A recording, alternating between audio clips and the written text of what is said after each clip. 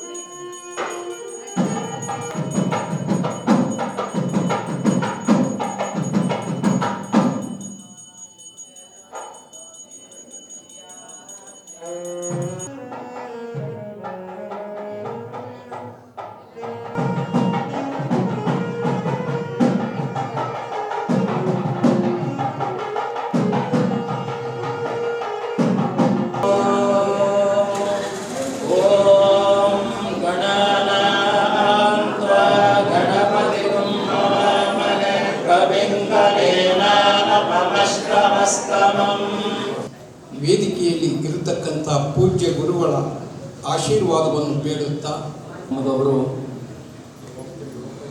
ನಾವು ವಿಮಾನ ಗೋಪುರದ ಕೆಲಸ ಪ್ರಾರಂಭ ಮಾಡಿದಾಗಲಿಂದ ಹಿಡಿದು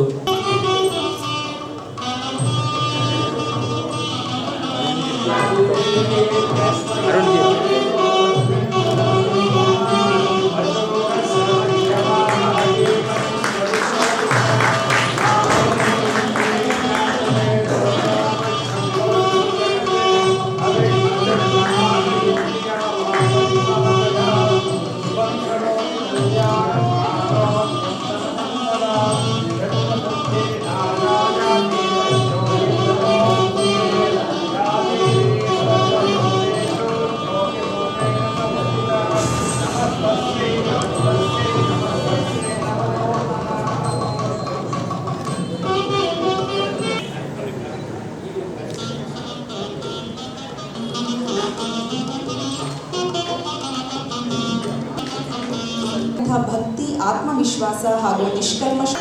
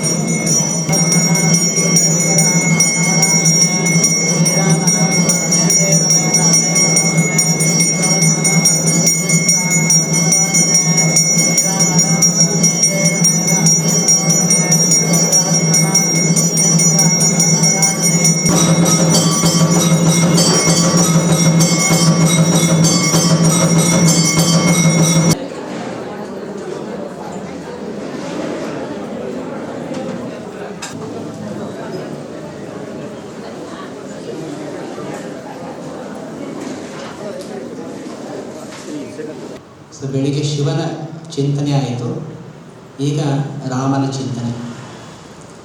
ಅದೊಂದು ರೀತಿ ಆಶ್ಚರ್ಯ ಅಂತಲೇ ಒಂದೇ ದಿವಸ ಎರಡೂ ಕೂಡ ಬಂದಿದೆ. ಯಾಕಂದರೆ ಶಿವನ ಇಷ್ಟ ದೇವತೆ ರಾಮ, ರಾಮನ ಇಷ್ಟ ದೇವತೆ ಶಿವ. ಅದು ಅಲ್ಲದೆ 50ನೇ ವರ್ಧಂತ್ಯುತ್ಸವಕ್ಕೆ ಅದರ ಉದ್ಘಾಟನೆ ಮಾಡಲಿಕ್ಕೆ ನನ್ನನ್ನು ಶ್ರೀರಾಮಚಂದ್ರ ಆರಿಸ್ಕೊಂಡಿದ್ದಾನೆ. ಇದು ಶ್ರೀರಾಮನ ವಿಶೇಷವಾದ ಕೃಪೆ ಮತ್ತು ಅನುಗ್ರಹ ಅಂತ ಭಾವಿಸ್ತಾ ಸನ್ಯಾಸ ಆಗಿ ನಾನು 2022ಕ್ಕೆ ಸನ್ಯಾಸ ದೀಕ್ಷೆ ತಗೊಂಡು ಪುನಃ ಮೈಸೂರಿಗೆ ಬಂದಾಗ ಮಂಗಳೂರು ರಾಮಕೃಷ್ಣಾಶ್ರಮದಲ್ಲಿ ಒಂದು ಕಾರ್ಯಕ್ರಮ ಆಯೋಜನೆ ಆಗಿತ್ತು.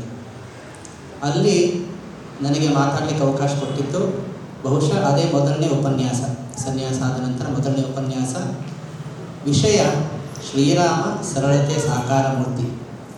ಹೀಗಾಗಿ ಶ್ರೀರಾಮಚಂದ್ರಂದು ಹಲವಾರು ರೀತಿಯಲ್ಲಿ ವಿಶೇಷ ಕೃಪೆ ನನ್ನ ಮೇಲಿದೆ. ಆ ಕೃಪೆಯನ್ನು ಸ್ಮರಣೆ ಮಾಡ್ತಾ ಇವತ್ತಿನ ಕಾರ್ಯಕ್ರಮಕ್ಕೆ ನನಗೆ ಆಹ್ವಾನ ಕೊಟ್ಟಿದ್ದಾರೋ ಎಲ್ಲರಿಗೂ ಕೂಡ ವಂದನೆಗಳು ಹೇಳ್ತಾ ಶ್ರೀರಾಮನ ಬಗ್ಗೆ ಒಂದು 45 ನಿಮಿಷ ಮಾತಾಡಲಿಕ್ಕೆ ಹೇಳಿದ್ದಾರೆ. ಸಮಯ ಆದರೂ ಹೇಳಿ ತೊಂದರೆ ಇಲ್ಲ. ಯಾಕೆಂದರೆ ಶ್ರೀರಾಮನ ಜೀವನವನ್ನು ಅಧ್ಯಯನ ಮಾಡ್ತಕ್ಕಂಥದ್ದು, ಚಿಂತನೆ ಮಾಡ್ತಕ್ಕಂಥದ್ದು ಬಹಳ ಮುಖ್ಯವಾದಂಥದ್ದು. ಅದೇ ಎಲ್ಲದರದ್ದು ಕೂಡ ಮೂಲ ಉದ್ದೇಶ. ಇವತ್ತು ನಾನು ಆರಿಸ್ಕೊಂಡಂಥ ವಿಷಯ ಏನು ಅಂದರೆ ಶ್ರೀರಾಮ ಮತ್ತು ಕೌಟುಂಬಿಕ ಮೌಲ್ಯ ಅಂತ. ಅಂದರೆ ಗೃಹಸ್ಥ ಜೀವನದಲ್ಲಿ ಏನೆಲ್ಲ ಆದರ್ಶವನ್ನು ಶ್ರೀರಾಮ ತೋರಿಸ್ಕೊಟ್ಟಿದ್ದಾನೆ, ಯಾಕೆ ರಾಮ ನಮಗೆ ಅತ್ಯಂತ ಹತ್ತಿರ ಆಗ್ತಾನೆ ಅನ್ನೋ ರೀತಿಯಲ್ಲಿ ನನಗನ್ಸಿದಂಥ ಕೆಲವಾರು ವಿಷಯವನ್ನು ನಿಮ್ಮ ಮುಂದೆ ಇಡಲಿಕ್ಕೆ ಇಷ್ಟಪಡ್ತೀನಿ. ಏಕೆಂದರೆ ನಮ್ಮಲ್ಲೊಂದು ಪರಂಪರೆ ಬಂದ್ಬಿಟ್ಟಿದೆ, ಪದ್ಧತಿ. ರಾಮನನ್ನು, ಕೃಷ್ಣನನ್ನು ಒಬ್ಬ ಐತಿಹಾಸಿಕ ಪುರುಷರು, ಕಾಲ್ಪನಿಕ ಪುರುಷರು ಅನ್ನೋ ರೀತಿ ನೋಡುವಂಥದ್ದನ್ನು ಮಾಡ್ತಾ ಇದ್ದೀವಿ ಹೊರತು ಅವರಿಂದ ನಾವೇನು ಕಲಿಬೋದು ಅನ್ನೋ ಅಂಶವನ್ನು ನಾವು ಮರಿತಾ ಇದ್ದೇವೆ. ಅವ್ರನ್ನ ವ್ಯಕ್ತಿಯಾಗಿ ನೋಡಿದಾಗ ಎಷ್ಟೋ ಅಂಶ ಕಲೀಲಿಕ್ಕೆ ಸಿಗುತ್ತೆ. ದೈವತ್ವದಿಂದ ಆಗ್ತಕ್ಕಂಥ ಪವಾಡಗಳ ಅಂಶ ಒಂದಾದರೆ ಮಾನವ ಸ್ವಭಾವದಲ್ಲಿ ಹೇಗೆ ವರ್ತಿಸಿದರು ಅದನ್ನು ನೋಡಿದಾಗ ನಮಗೆ ತುಂಬ ಸಹಾಯ ಆಗುತ್ತೆ. ಆ ದೃಷ್ಟಿಯಲ್ಲಿ ನಾನು ಶ್ರೀರಾಮನ ಜೀವನವನ್ನು ನಿಮ್ಮ ಮುಂದಿಡುವಂಥ ಪ್ರಯತ್ನ ಮಾಡ್ತಾ ಇದ್ದೇನೆ. ಭಾರತದಲ್ಲಿ ನಿಮಗೆ ಗೊತ್ತಿರೋ ಹಾಗೆ ಕುಟುಂಬದ ಕಲ್ಪನೆ ಪ್ರಮುಖ ಇದೆ. ನಮ್ಮಲ್ಲಿ ಕೌಟುಂಬಿಕ ವ್ಯವಸ್ಥೆ ಇನ್ನೂ ಕೂಡ ಉಳ್ಕೊಂಡಿದೆ. ಹೀಗಾಗಿ ಶ್ರೀರಾಮ ನಮಗೆ ಅತ್ಯಂತ ಪ್ರಿಯನಾಗ್ತಾನೆ. ಯಾಕಂದರೆ ಶ್ರೀರಾಮ ಅಂದ ತಕ್ಷಣ ನಮಗಲ್ಲಿ ಸೀತಾಮಾತೆ ಕಾಣ್ತಾಳೆ, ಲಕ್ಷ್ಮಣ ಕಾಣ್ತಾನೆ, ಹನುಮಂತ ಕಾಣ್ತಾನೆ, ಭರತ ಶತ್ರುಘ್ನರ ಕಾಣ್ತಾರೆ, ಎಲ್ಲರೂ ಕೂಡ ಕಾಣ್ತಾರೆ. ಫ್ಯಾಮಿಲಿ ಫೋಟೋನೇ ನಮಗೆ ಕಣ್ಣಿಗೆ ಬರುವಂಥದ್ದು ರಾಮ ಇದ್ದಾರೆ. ಸೊ ರಾಮ ಕೌಟುಂಬಿಕ ಮೌಲ್ಯದ ಒಂದು ಪ್ರತಿನಿಧಿ. ಈಗ ರಾಮ ಹುಟ್ಟಿದ್ದಕ್ಕೆ ಕಾರಣ ಏನು ಅಂತಂದರೆ ದಶರಥನಿಗೆ ಸಂತಾನ ಇಲ್ಲ ಅನ್ನುವಂಥದ್ದೇ ಆ ಸಂತಾನ ಪೂರೈಕೆ ಆಗಲಿಕ್ಕೆ ರಾಮ ಹುಟ್ಟಿದ್ದು. ಅಂದರೆ ವಂಶವನ್ನು ಮುಂದುವರಿಸಲಿಕ್ಕೆ ರಾಮ ಹುಟ್ಟಿದ್ದು. ಒಂದು ಕುಟುಂಬಕ್ಕೆ ವಂಶ ಮುಖ್ಯ, ಸಂತಾನ ಮುಖ್ಯ. ಆ ಸಂತಾನದ ಒಂದು ಕೊರತೆಯನ್ನು ನೀಗಿಸಲಿಕ್ಕೆ ರಾಮ ಬಂದಿರತಕ್ಕಂಥದ್ದು. ಕುವೆಂಪು ಅವರು ರಾಮಾಯಣ ದರ್ಶನದಲ್ಲಿ ಗುಬ್ಬಿ ಮರಿ ಗೂಡು ಕಟ್ಟಿ ಸಂತಾನ ಪಡೆಯುವುದನ್ನು ಕಂಡು ದಶರಥ